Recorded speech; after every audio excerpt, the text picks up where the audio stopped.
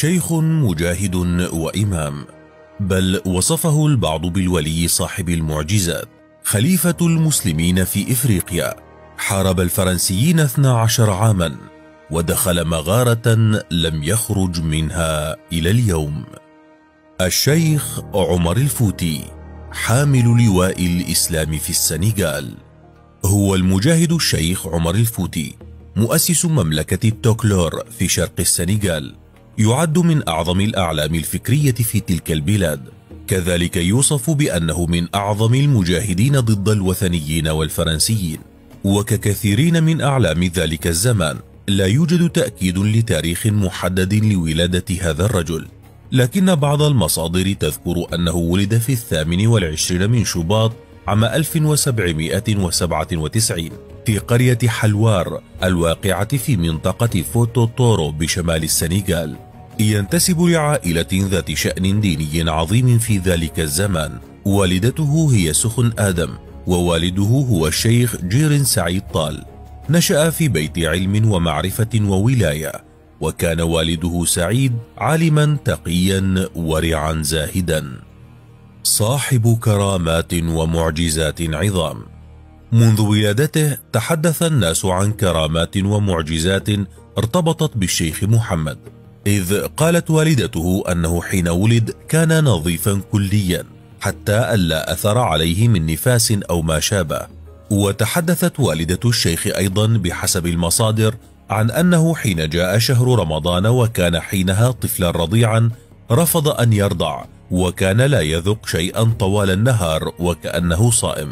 منذ صغره ترعرع على أيدي كبار علماء الدين في عهده، إذ أخذ الطريقة التيجانية عن شيخه عبد الكريم بن أحمد، وهي طريقة صوفية أسسها أحمد التيجاني، ينتشر مريدوها في تشاد والنيجر ونيجيريا، وبشكل أقل في السنغال ومالي. مع بداية عام 1827 بدأ الشيخ عمر رحلاته في طلب العلم، والتي استمرت 18 عاما، ومنها قصد مكة المكرمة لأداء فريضة الحج. ثم رجع إلى إفريقيا بعد 3 سنوات ليقيم في مدينة حمد الله عند الملك شيخ أحمادو، حيث تعرض للاختطاف والسجن من طرف الملك الوثني لمملكة بامباراسيغو. وبعد خروجه من السجن أسس زاوية له في فوتا غالون، حيث اتخذها مركزا لتدريس الطريقة التيجانية ولنشر الإسلام في المناطق المجاورة التي كانت مليئة بالوثنيين والمرتدين.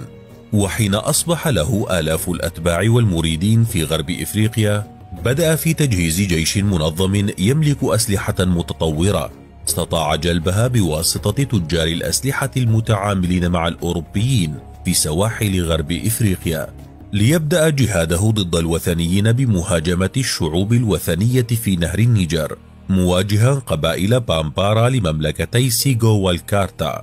وتابع حروبه حتى وصل نيرو عاصمة الكارتا.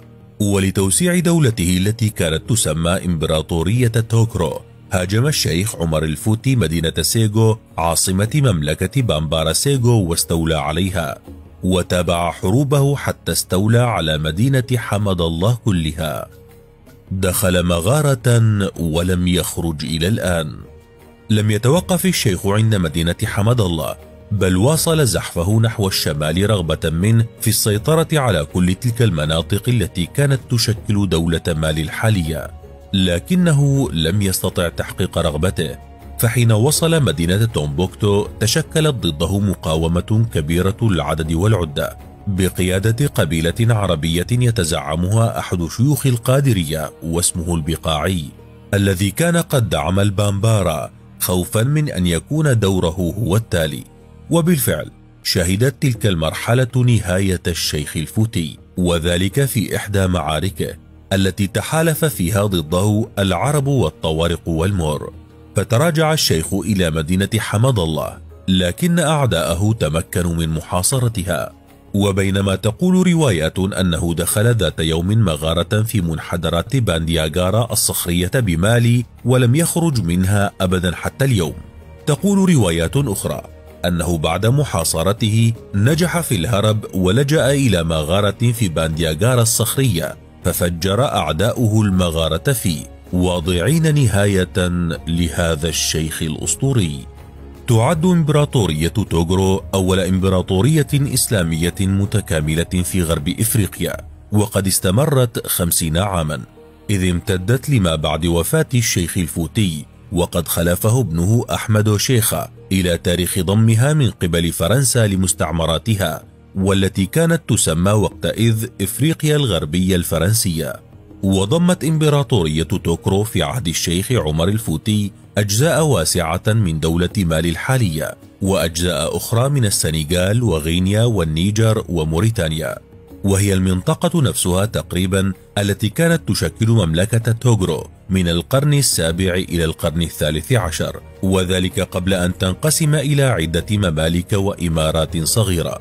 أما اليوم فلم يبق حاليا من آثار إمبراطورية توغرو للشيخ الفوتي سوى المسجد الذي بناه في مدينة دينغويراي الغينية، وسيفه الذي ما يزال معروضا بمتحف الجيش الفرنسي في باريس.